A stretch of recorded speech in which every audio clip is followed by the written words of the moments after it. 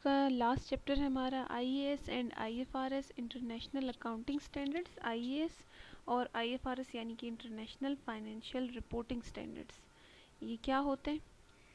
IAS stands for International Accounting Standards, while IFRS refer to International Financial Reporting Standards.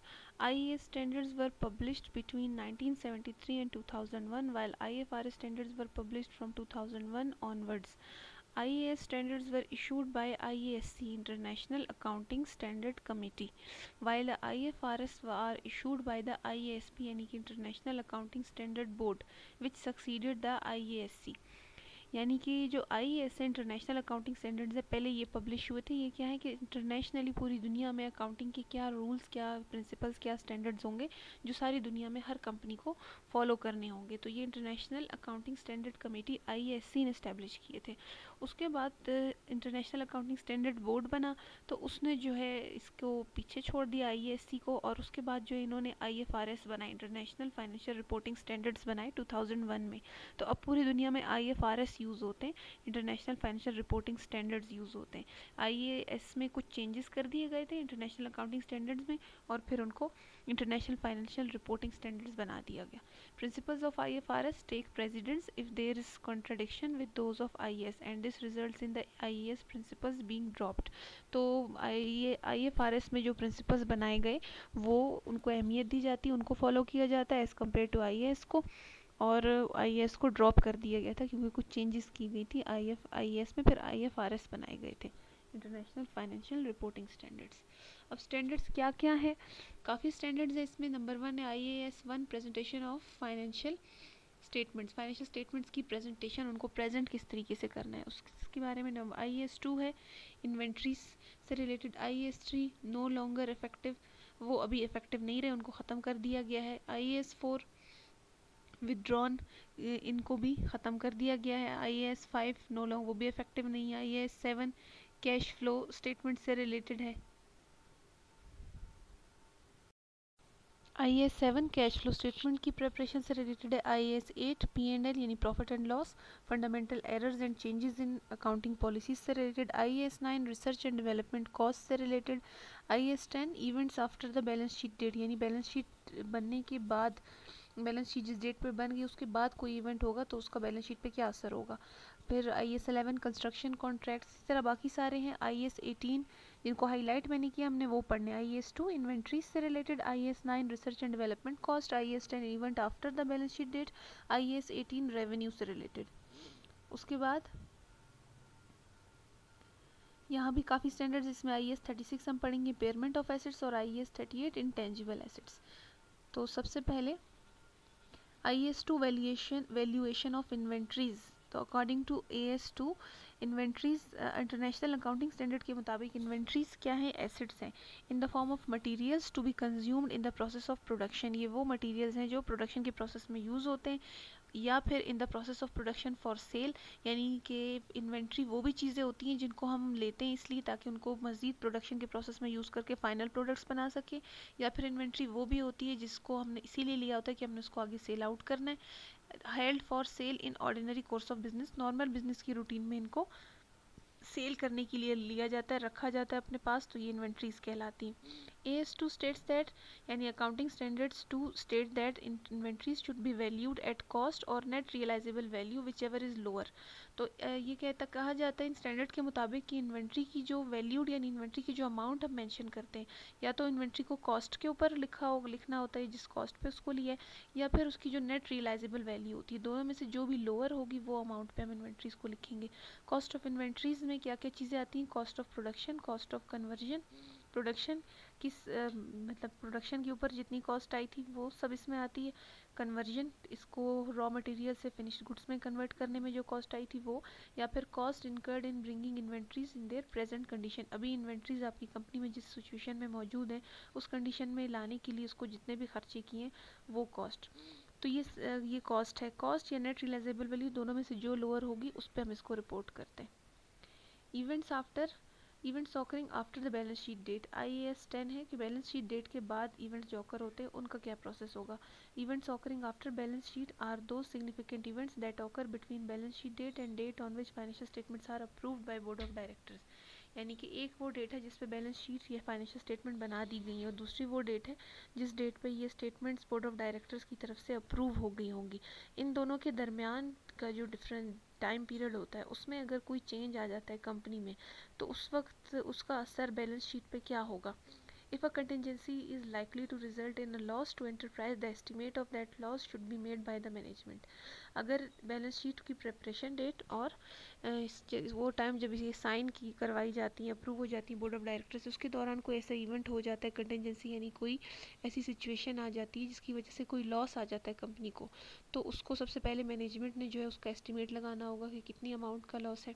Events occurring after balance sheet date which do not affect the figures stated in financial statement would not normally require disclosure in financial statement. तो ऐसे events जो इस time period के दौरान occur होते हैं लेकिन उससे फिगर्स पे, अमाउंट पे कोई फ़र्क नहीं पड़ता फाइनेंशियल स्टेटमेंट की, उसको डिस्क्लोज नहीं किया जाता फाइनेंशियल स्टेटमेंट में। लेकिन events occurring after balance sheet date that represent material changes and commitments affecting the financial position of enterprise should be disclosed. ऐसे इवेंट जिनका कोई अफेक्ट पड़ता है कंपनी की किसी भी उस पे अमाउंट के ऊपर, तो उसको लाजमी जो है वो रिपोर्ट करना होता है फाइनेंशियल स्टेटमेंट में, यानी कि फिर फाइनेंशियल स्टेटमेंट को चेंज करना पड़ेगा और उसमें रिपोर्ट करना पड़ेगा कि ये लॉस हुआ जिसकी वजह से ये चेंज आया है। IAS 18 revenue recognition.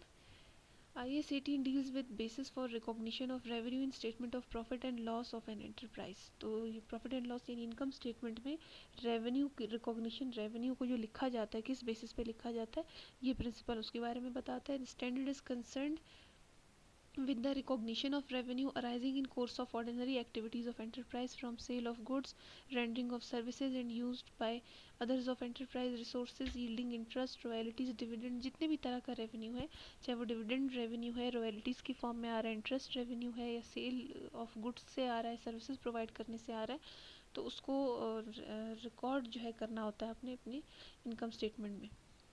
IAS 9 Research and Development.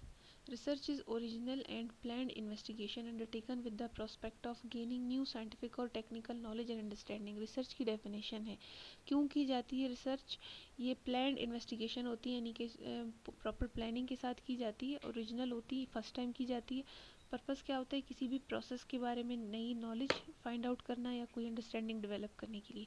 Example of research could be a company in pharmaceutical industry undertaking activities or test aimed at obtaining new knowledge to develop a new vaccine। एक नई vaccine एक pharma company बनाना चाहती है, तो उसको research करनी होगी पहले इस वैक्सीन से related. The company is researching the unknown and therefore at this early stage no future economic benefit can be expected to flow to the entity. तो इस रिसर्च पे जो खर्चा होगा उससे ये नहीं कह सकते कि लाजमी इससे कंपनी को फ्यूचर में कोई बेनिफिट होगा, क्योंकि ये रिसर्च है, कंपनी को वैक्सीन के बारे में इंफॉर्मेशन नहीं है कि ये सक्सेसफुल होगी या नहीं। डेवलपमेंट, इसके अपोजिट या इसी से related, development is application of research findings और other knowledge to a plan और डिज़ाइन टू प्रोड्यूस न्यू और substantially improve material, device, product, process, system और services before the start of commercial production और use. अब जब vaccine के ऊपर research की तो रिसर्च रिजल्ट ये आए कि ये सक्सेसफुल रहेगी, इसको लॉन्च कर देना चाहिए। तो अब जब इन फाइंडिंग, रिसर्च की इन फाइंडिंग्स को एक्चुअल प्लान की शक्ल में या डिज़ाइन या प्रोडक्ट की शक्ल में, प्रोसेस की शक्ल में सामने लाया जाएगा, तो वो डेवलपमेंट कहलाएगी। यानी रिसर्च की फाइंडिंग्स पर अमल किया जाएगा तो वो डेवलपमेंट कहलाएगी। एग्जाम्पल दिए, an example of development is a car manufacturer undertaking the design, construction and testing of a pre production model. तो एक कार का डिज़ाइन जो है एक कार मैन्युफैक्चरिंग कंपनी ने पहले डेवलप किया है अपने रिसर्च के थ्रू। तो डेवलपमेंट की एग्जांपल क्या होगी कि सबसे पहले इसका एक मॉडल बनाया जाता है, उस डिज़ाइन का जो भी फीचर्स होते हैं एक नई कार के मॉडल के, सबसे पहले उसका एक प्री प्रोडक्शन मॉडल, यानी कि एक मॉडल बनाया जाता है फुल प्रोडक्शन से पहले, उसको चेक किया जाता है कि अगर ये सही है तो फिर ओवरऑल प्रोडक्शन पे की तरफ जाया जाता है। Expenditure on research and development can fall into the category of intangible assets। Research and development में जितने भी खर्चे किए जाते हैं उसको इंटेंजिबल एसेट्स की कैटेगरी में डाला जाता है। IAS 38 state that intangible asset is to be recognized if and only if the following criteria are met। IAS कहते हैं कि intangible assets मीन्स को उसी वक्त रिकॉर्ड करेंगे जब ये क्राइटेरिया मीट होगा। Number 1, it is probable that future economic benefits from asset will flow to entity. ये आप आपको इससे एक्सपेक्टेशन ये होगी कि इससे आपकी ऑर्गेनाइजेशन को इस रिसर्च से फ्यूचर में कोई बेनिफिट होगा। And the cost of asset can be reliably measured, और कॉस्ट उसकी मेजर की जा सकती है, यानी इस रिसर्च में जितना भी खर्चा हुआ है उसकी कॉस्ट को फिगर की फॉर्म में उसको लिखा जा सकता है। IAS 38 Intangible Assets. Intangible assets outline the accounting requirements for intangible assets which are non-monetary assets which are without physical substance and identifiable. तो वो assets जो जिनकी physical existence नहीं होती लेकिन उनकी value identify कर सकते हैं, उसको intangible assets कहा जाता है। Three critical attributes of intangible assets are identifiability. वो assets को उनको इंटेंजिबल में डाला जाएगा जो एक तो आइडेंटिफाइबल हो, यानी इनकी अमाउंट वो खुद भी आइडेंटिफाई उनको किया जा सके, उनकी कोई अमाउंट हो, वैल्यू हो।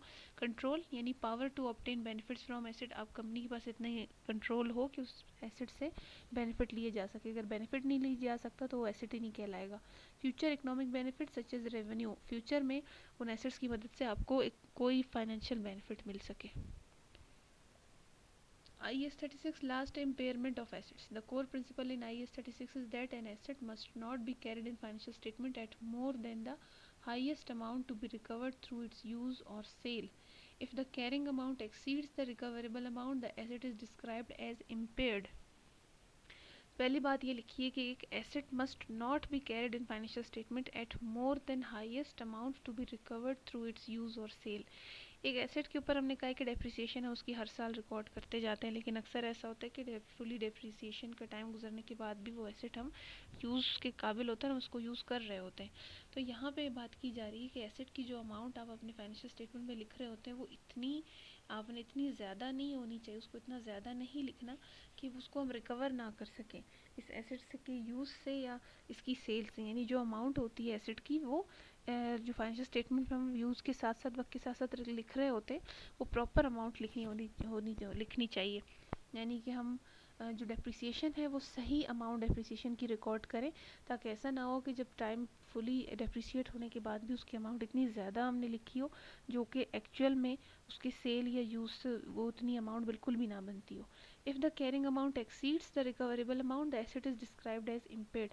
अगर ऐसा हो जाता है कि जो अमाउंट हम उसकी मेंशन कर रहे हैं वो उस अमाउंट से कहीं ज़्यादा है जो इसको बेच के हम रिकवर कर सकते हैं, इस एसेट को बेच के, तो फिर हम उस एसेट को इम्पेयर्ड एसेट कंसीडर करेंगे। यानी हमने कहा कि फुली डेप्रिसिएट होने के बाद भी जो हम अमाउंट इसकी मेंशन कर रहे हैं अपनी फाइनेंशियल स्टेटमेंट में वो इतनी ज़्यादा है कि अगर इस एसेट को हम बेच भी दें तब भी वो अमाउंट उसको बिल्कुल भी मीट नहीं करेगी, तो उस एसेट को इम्पेयर्ड एसेट कंसीडर किया जाता है। The entity must reduce the carrying amount of asset to its recoverable amount and recognise an impairment loss.